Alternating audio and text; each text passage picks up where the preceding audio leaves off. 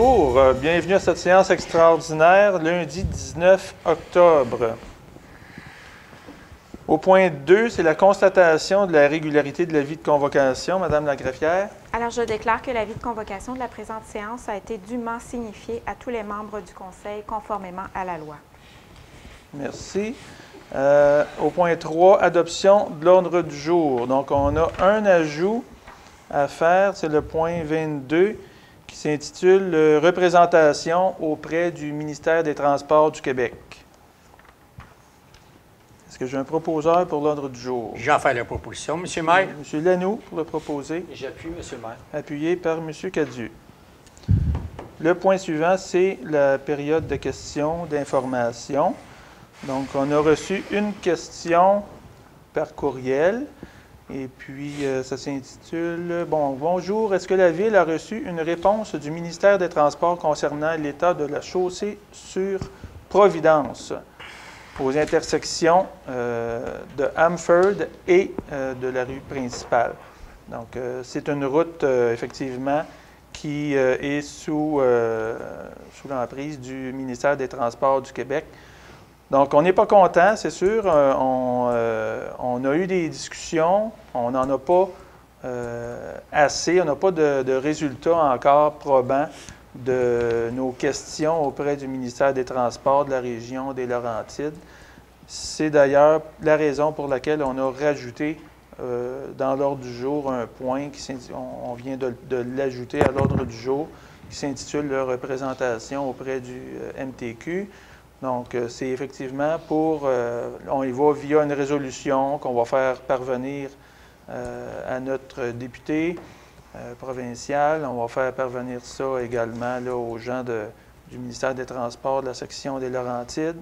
Je vais en reparler tantôt au point 22, mais effectivement, la route 327 qui traverse la ville de La Chute, c'est l'avenue Providence, c'est le pont, c'est l'avenue Argenteuil, donc le tronçon tout près de l'hôpital, et puis le tronçon tout près du pont, ici, donc près du parc Baron, c'est l'entretien du ministère des Transports. C'est eux qui sont responsables. Donc, la Ville, on met de la pression, on ne peut pas aller travailler sur les terrains qui ne nous appartiennent pas. Donc, ça, c'est clair. Donc, on va faire une résolution pour mettre de la pression, pour le redemander encore. Donc, ça a déjà été fait. On va le refaire. Et puis, donc, on va en reparler au point 22 tantôt, mais sachez, cher citoyen qui m'a posé la question, qu'on est pleinement conscient de la situation. Le dossier des sacs pour les feuilles. Donc, je veux réitérer le message. Je veux le redire. Donc, c'est important. La Régie intermunicipale vous donne 10 sacs pour récupérer vos feuilles d'automne. Ces sacs-là sont disponibles gratuitement chez Matériaux Godin sur la rue Saint-Jean, ici, à La Chute. Et puis, vous allez chercher votre bon de commande, un code unique pour chacune des adresses sur le site web de la Régie intermunicipale Argenteuil-Deux-Montagnes. Le pourquoi de ça, c'est ça le message que je veux vous redire aujourd'hui, c'est que c'est la dernière année qu'on va accepter des sacs de plastique. L'an prochain, le ministère de l'Environnement va nous interdire de les collecter. Donc, les sacs de plastique, dès l'an prochain, vont demeurer sur le bord de la rue. On ne les prendra pas.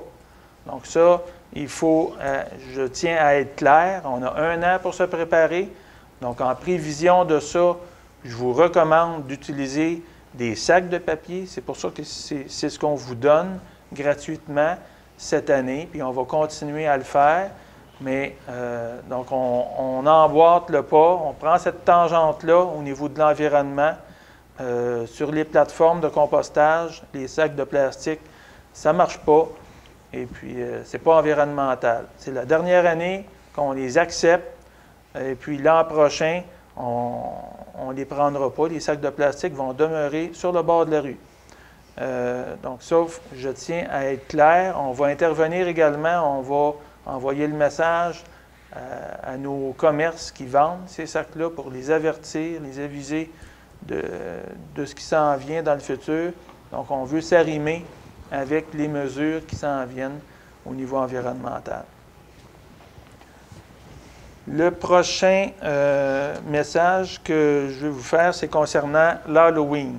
Donc, on a vu au cours, ça fait quand même quelques semaines, que l'ensemble des municipalités du Québec avaient demandé au gouvernement du Québec de se positionner par rapport à la fête de l'Halloween. Et quand on parle de la fête de l'Halloween, on parle là, des jeunes qui passent dans les rues. Donc, c'est une question maintenant, dans le contexte de COVID, on parle de santé publique. On a demandé au gouvernement de se positionner quand même et de nous donner un délai raisonnable pour pouvoir annoncer ça à nos populations, ce qui a été fait la semaine passée. Donc, je remercie le gouvernement du Québec de s'être positionné pour le dossier de l'Halloween. On a annoncé que ça serait possible de le faire, mais avec des consignes particulières, dans un contexte particulier.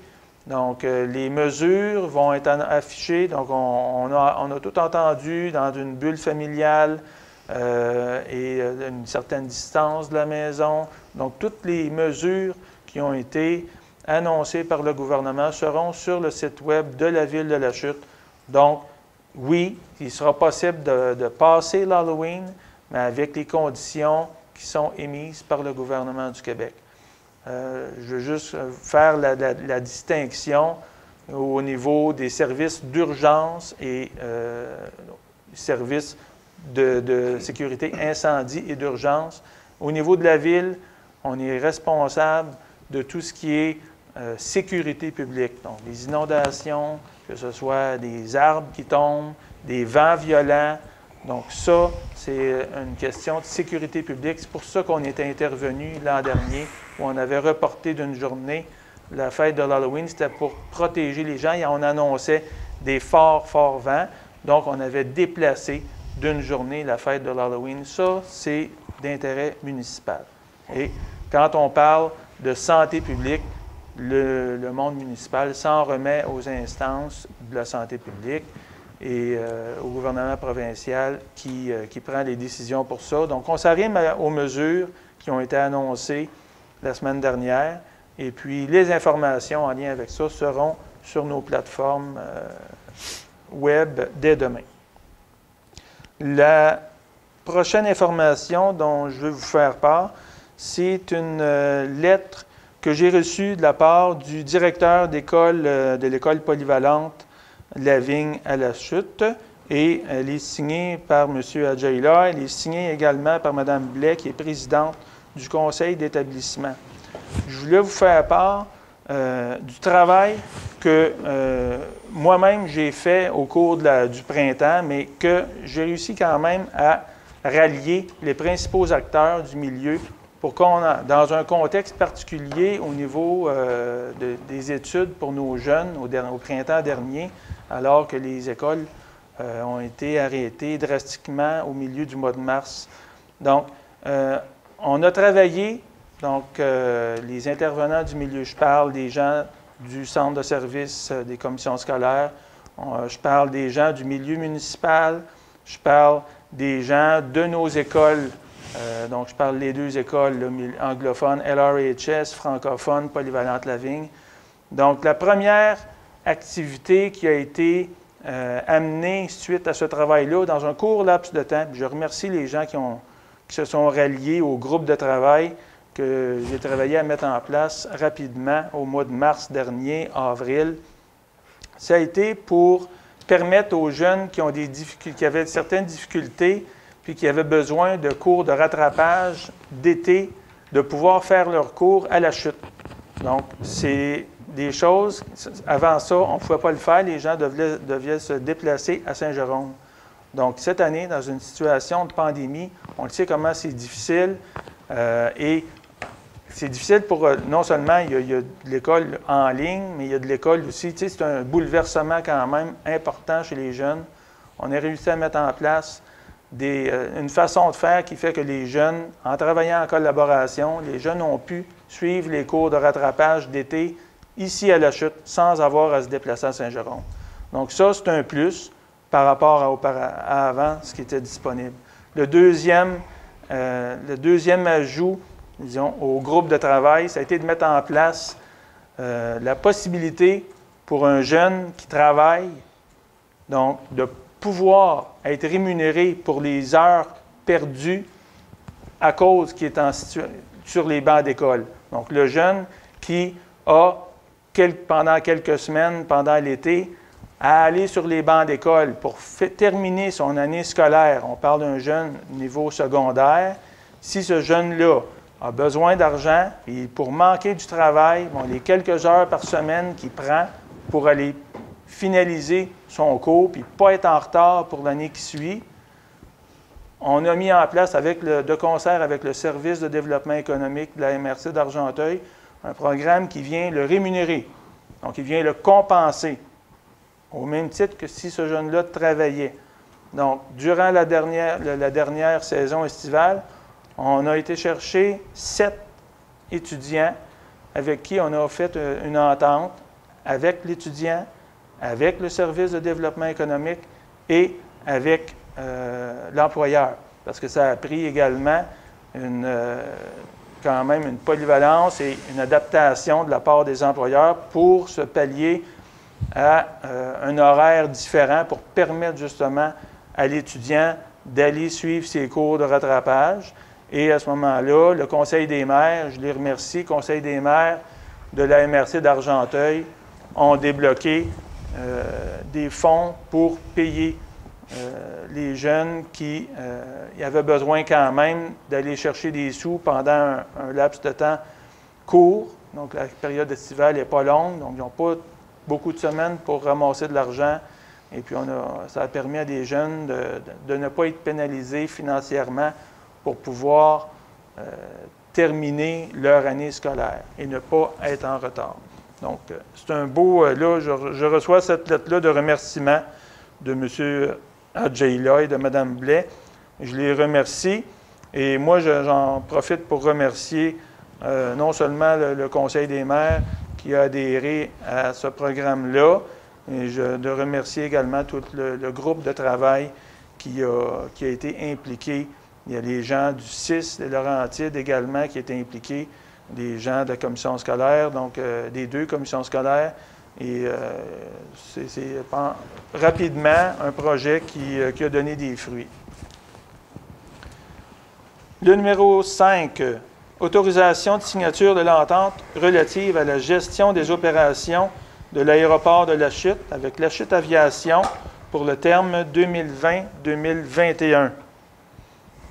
Donc, c'est ici une entente avec le même gestionnaire relative à la gestion des opérations. Donc, c'est un 15 000 $ pour la prochaine année. J'en fais la proposition, M. le maire. C'est proposé par M. Cadieux. J'appuie, M. le maire. Appuyé par Mme Deforges. Le point 6, c'est la libération du fonds de garantie en biens du regroupement Agglomération 1, groupe A, pour la période du 30 avril 2017 au 30 avril 2018. Donc ici, c'est avec l'association de l'UMQ. On prend des ristournes qui sont inutilisées parce qu'on fait partie d'un regroupement là, pour les assurances. C'est un montant qui nous est retourné ici là, de 8 857,33 $. J'en fais la proposition. C'est proposé par Mme Deforges. Je seconde, M. le maire. C'est appuyé par M. Lachance. Le point 7, c'est un rapport au Conseil concernant l'adjudication du contrat pour l'émission d'obligations de 4,3 millions de dollars. Donc, c'est un dépôt. Le point 8, adoption des prévisions budgétaires 2021 de la Régie d'assainissement des eaux usées Chatham-la-Chute. Donc, c'est un montant au niveau du PTI 2021, 22 et 23, totalisant 15 287 984. Et puis, la grosse année, c'est l'année 2022, donc pour la revitalisation des étangs aérés où on traite l'eau, les eaux usées. Par la suite, pour les revenus et les charges, l'année 2021, là, au niveau des prévisions budgétaires, c'est 1 288 400 $. J'en fais la proposition, M. le maire. C'est proposé par M. Lachance, Je seconde. appuyé par M. Lajoie. Donc, sachez qu'on doit adopter les prévisions budgétaires des régies qui sont sous-jacentes. Là, on fait ça avant l'adoption du budget de la Ville qui sera adopté au mois de décembre prochain. On travaille déjà sur ça, les membres du Conseil, depuis quelques semaines. Le point 9, c'est une mise en disponibilité de fonds pour la migration du module de gestion de la dette d'Accès-Cité Finance, SFM, du module de simulation de la dette à long terme et du module de programme d'immobilisation. Donc ici, c'est une nouvelle version du logiciel et c'est un montant là, totalisant 26 110 $. Je vais en faire la proposition, M. le maire. C'est proposé par M. Lajoie, Secondé, M. le maire. appuyé par M. Richer. Le point suivant, c'est un amendement du règlement de zonage numéro 2013-739 afin de modifier l'emplacement pour les conteneurs à déchets.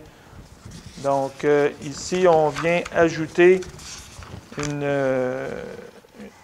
une modification pour préciser l'emplacement pour l'implantation des conteneurs et il pourra être installé dans une cour latérale lorsque ça va être impossible de le faire à l'arrière, donc dans des situations très particulières.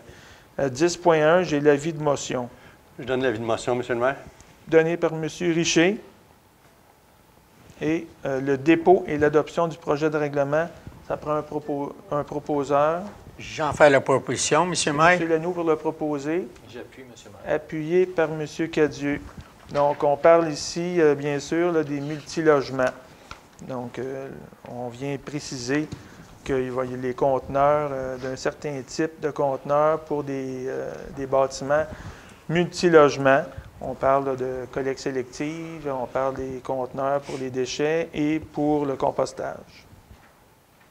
Au point 11, règlement modifiant le règlement 2018-810, décrétant un emprunt et une dépense de 2,4 millions pour un nouveau réseau d'infrastructures souterraines dans le réseau du secteur industriel Synercité afin d'augmenter l'emprunt et la dépense à 3,6 millions de $. Donc, on a eu quand même des augmentations. C'est sûr qu'on passe de 2,4 millions à 3,6 millions. On a eu tout est plus cher. Donc, ça, c'est autour de l'usine de Tricentris. Donc, jusqu'à l'ancienne usine de SGL, on est dans ce secteur-là où on veut développer des terrains industriels et, je le redis là, pour les gens, donc ça devient un parc industriel qui tourne autour de l'économie circulaire. Donc, avec Tricentris qui est là, on a une base, on a des produits qui sont là de base et on prend ces produits-là et on développe d'autres produits à valeur ajoutée à le même parc industriel avec un concept bien particulier d'économie circulaire et puis de recherche et de développement en lien avec ça également. Donc, à 11.1, et puis là, dans le secteur des infrastructures, c'est de faire une rue avec les services égouts, aqueducs. Avis de motion à 11.1.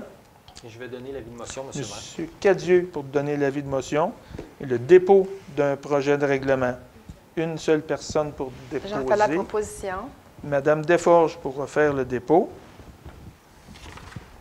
Par la suite, le point 12. C'est un règlement modifiant le règlement 2017-793 décrétant un emprunt et une dépense de 4,8 millions pour les travaux de traitement du manganèse et du fer à la station d'eau potable de Nany afin d'augmenter l'emprunt et la dépense à 5,5 millions Donc, on passe ici de 4,8 à 5,5. Il y a une subvention qui tourne autour de 50 de ce montant-là qui nous a été accordé.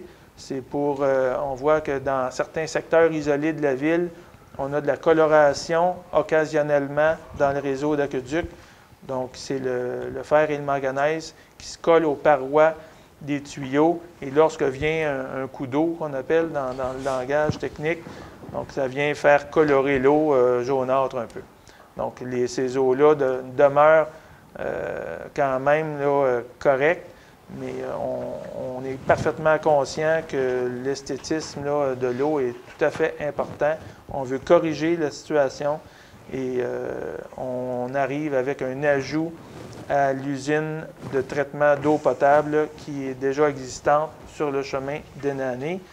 Donc, on passe de 4,8 millions à 5,5 millions. Et là-dessus, là, on vient déduire la portion de subvention. À 12,1, on a l'avis de motion. Je vais donner l'avis de motion, Monsieur le maire. Monsieur Lachance pour donner l'avis de motion. Et à 12,2, c'est le dépôt. Je vais donner le dépôt. Fait que pour déposer, c'est Monsieur Lajoie. Merci. Le point suivant, c'est l'adoption de l'annexe 1, politique de la Ville de la Chute relative aux conditions générales de travail du personnel cadre et autorisation à signer le renouvellement des contrats de travail du personnel cadre. Donc, tout ça ici, donc il y a plusieurs considérants, sauf, on vient mentionner, sauf le 4.3. C'est ça? C'est ça. Dans le document. Oui. En fait, proposition, Monsieur le maire. C'est proposé par M. Richer. Je l'ai appuyé, Monsieur le maire. Et appuyé par M. Lanoux. 14, nomination au poste de conseillère aux ressources humaines et autorisation de signature du contrat de travail. Donc, c'est suite au départ de notre employé. Donc, c'est un remplacement.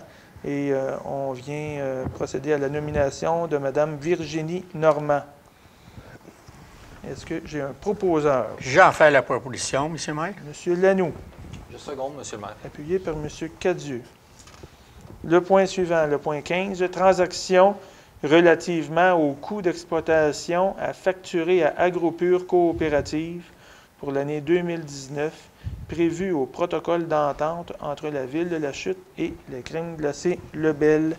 Donc, on vient se baser sur une moyenne des charges totales 2017, 18, 19.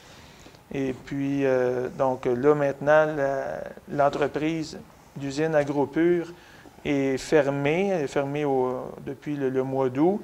Et il roulait avec l'ancienne entente qui était propriété de crème glacée Lebel.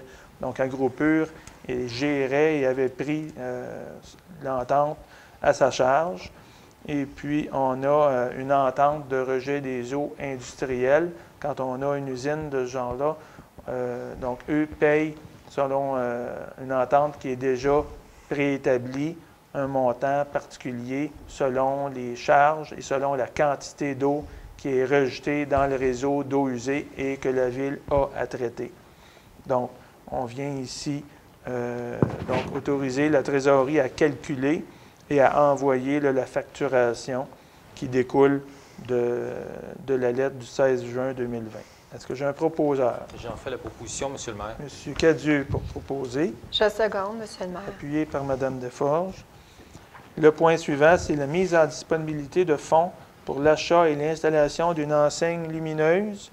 Donc, c'est pour mettre ici, à l'avant de l'hôtel de ville, pour remplacer l'enseigne qu'il y a sur le côté tout près du trottoir.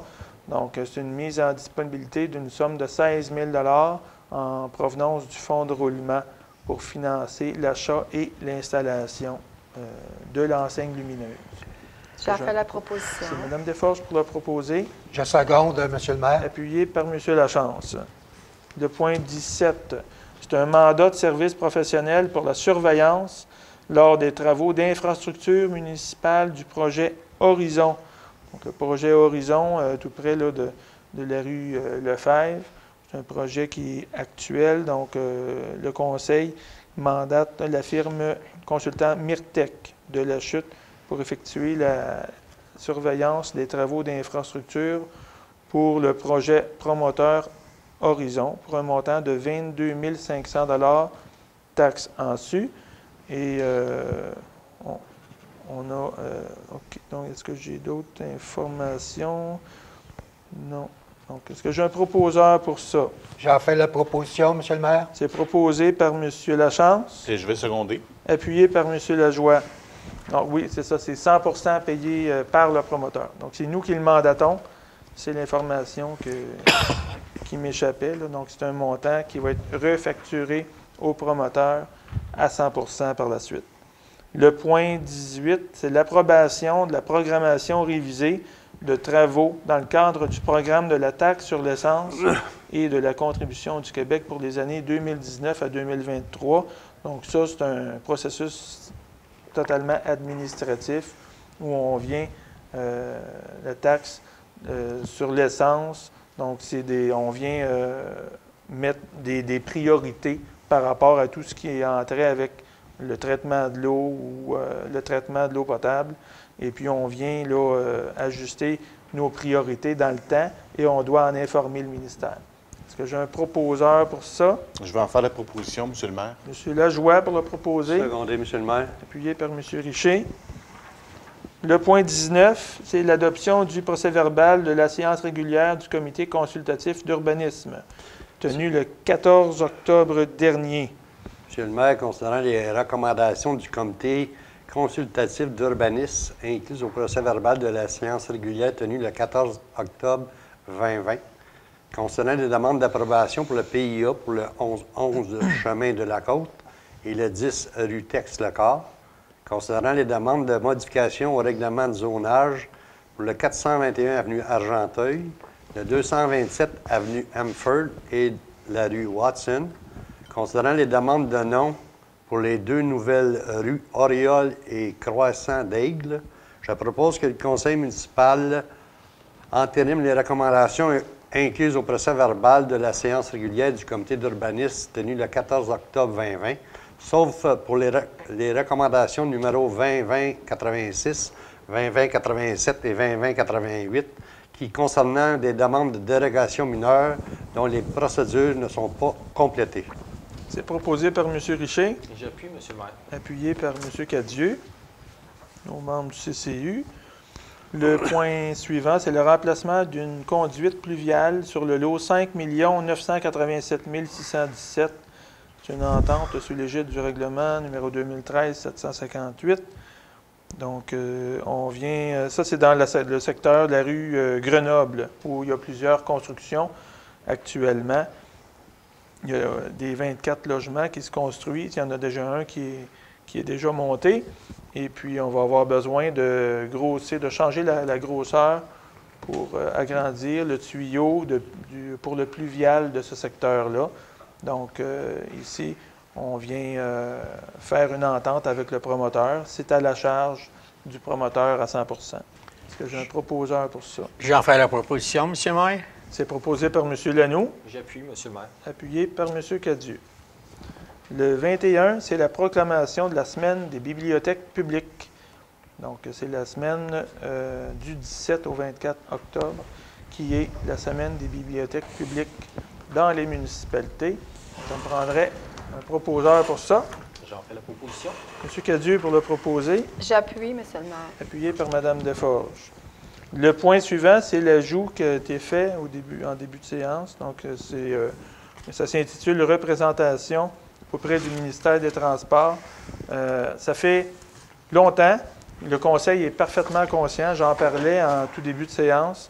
Donc, on parle là, de la route 327, qui est une route sous la responsabilité du ministère des Transports du Québec. On est parfaitement conscient que c'est une généralité à travers les Laurentides, que c'est bien connu et de plus en plus, on le voit dans les médias, il y a beaucoup de municipalités pour qui c'est problématique d'avoir des réponses même du ministère des Transports. C'est problématique encore plus d'avoir les actions concrètes sur les routes provinciales qui traversent nos territoires. Donc, il y a quand même, il y a assurément des choses à améliorer de ce côté-là.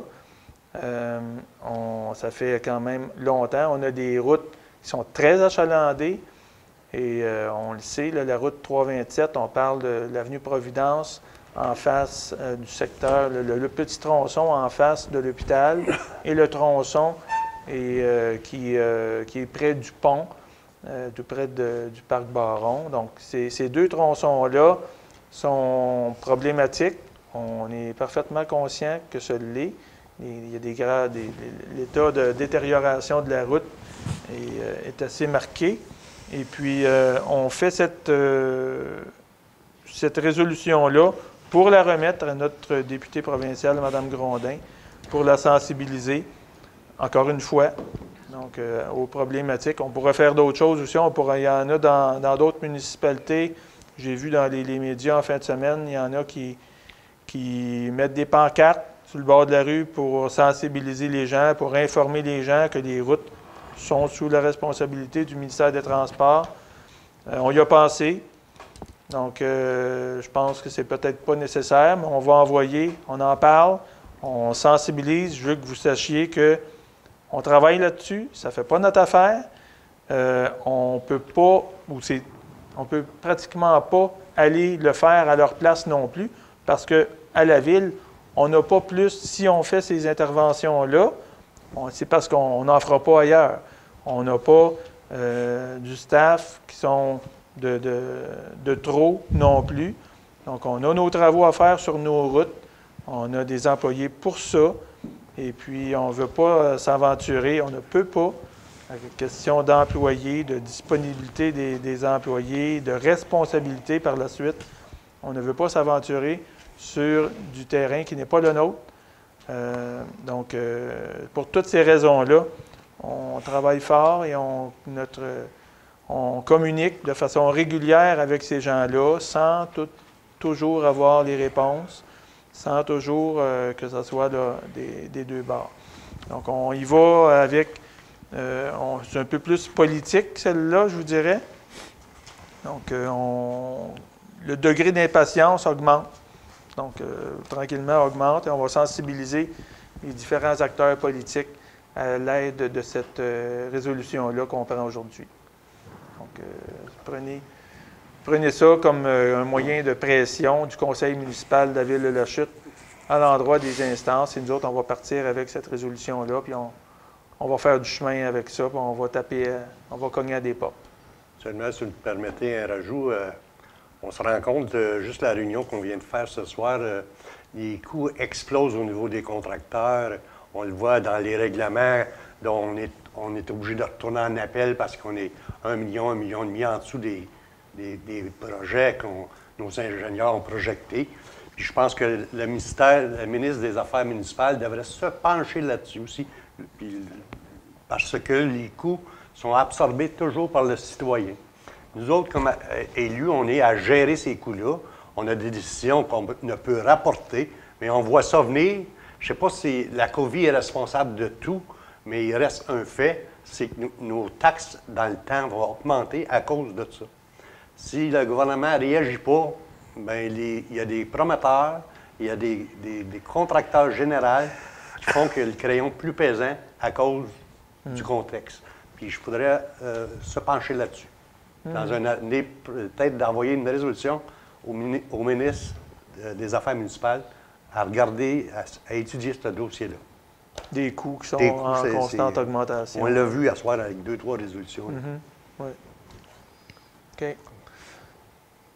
Prêt à proposer ça, M. Richer, pour le ministère des Transports? Oui. Puis j'ai une seconde, M. Maire. M. Lanoux pour appuyer? Parfait. Donc, par la suite, ça me prendrait un autre proposeur pour la levée de l'Assemblée. J'en fais la proposition, M. le maire. M. Lachance pour le proposer et M. Lajoie pour appuyer. Merci beaucoup.